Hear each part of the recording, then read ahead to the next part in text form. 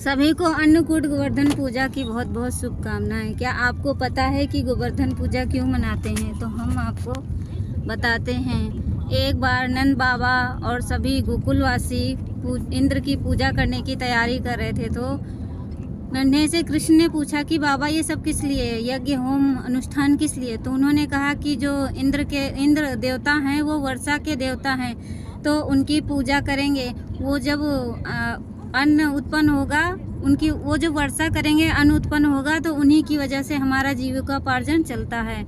तो कृष्ण ने कहा कि नहीं बाबा, हमें तो जीविकोपार्जन जो धरती माता देती हैं, प्रकृति देती है, तो इसीलिए हमें धरती माता की पूजा करनी चाहिए, प्रकृति की पूजा करनी चाहिए, क्योंकि उन घास को खाकर गाय हमें दूध देती है, तो हमें उनका धन्यवाद करना चाहिए, उनकी पूजा करनी चाहिए। नंद बाबा ने कहा कि नहीं, हमारे जो इष्ट हैं वो इंद्र देवता हैं। तो कृष्ण ने उनको समझाया, तो सभी गोकुलवासी मान गए। फिर उन्होंने क्या करा कि इंद्र को क्रोध आ गया। कहते हैं कि जब इनके पास धन आ गया तो देखो कैसे कि ये लोग कैसे हमें त्याग दिए हैं, छोड़ दिए हैं। तो इंद्र को बहुत क्रोध आया, तो उन्होंने अपने मरुतगण को बुलाया। कहने लगे कि जाओ ब्रज में जाके इतनी वर्षा करो कि सब कुछ तहस नहस हो जाए, इनकी सारी हेकड़ी निकल जाए। तो इंद्र जब उनको आज्ञा देते हैं, वो जाके लगातार 8 दिन तक वर्षा करते रहते हैं। तो सभी गोकुलवासी जाके कृष्ण के पास जाते हैं, कहते तुम्हारा भाग्य बहुत अच्छा है, इसलिए हम तुम्हारी शरण में आए हैं, तुम्हारे भाग्य के कारण ही हमारी रक्षा होगी। तो कृष्ण से सभी प्रार्थना करते हैं। तो कृष्ण कहते हैं ठीक है, आप यहाँ पे आ जाओ। तो कृष्ण क्या करते हैं, जिस गोवर्धन की पूजा करते हैं, पर्वतों की पूजा करते हैं, उसको एक कनिष्ठ उंगली पर उठा लेते हैं, यानी कि सबसे छोटी वाली उंगली पे उठा लेते हैं, और 7 दिन तक ऐसे ही रहते हैं।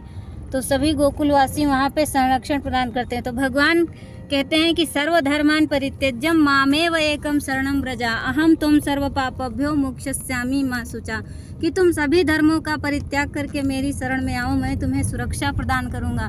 तो सभी गोकुलवासी भगवान श्री कृष्ण की शरण में गए, तो इंद्र से उन्होंने रक्षा करी।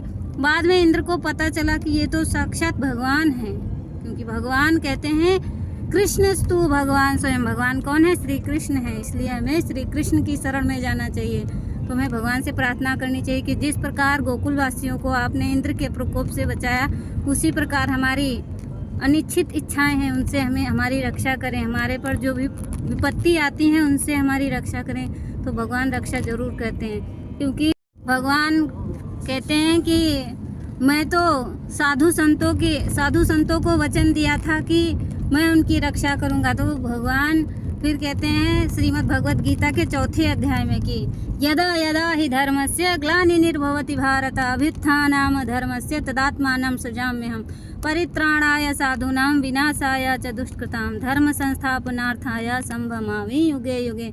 जब जब धर्म का पतन होता है, असुरों की बढ़ोतरी होती है, तब तब मैं किसी न किसी रूप में अवतार लेता हूँ, साधु संतों की रक्षा करता हूँ, अधर्मियों का नाश करता हूँ।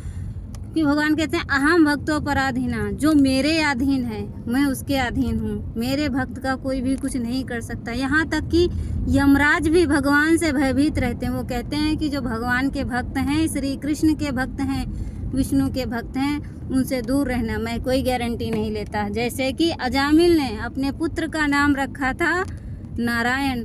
जब उन्होंने नारायण नाम लिया अंत समय में, तो यमदूत भी आए थे और विष्णु दूत भी आए थे। तो यमदूतों से विष्णु के दूत ने युद्ध करा, कहने लगे नहीं ये अब हमारा है।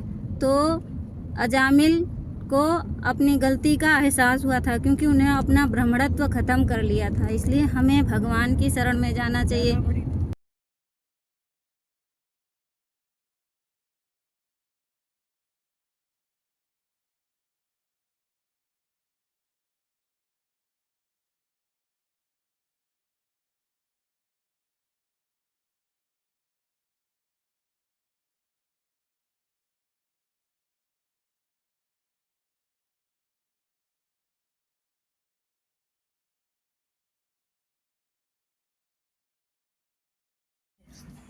कहाँ है तीसरा बंदा? बोलो बोलो।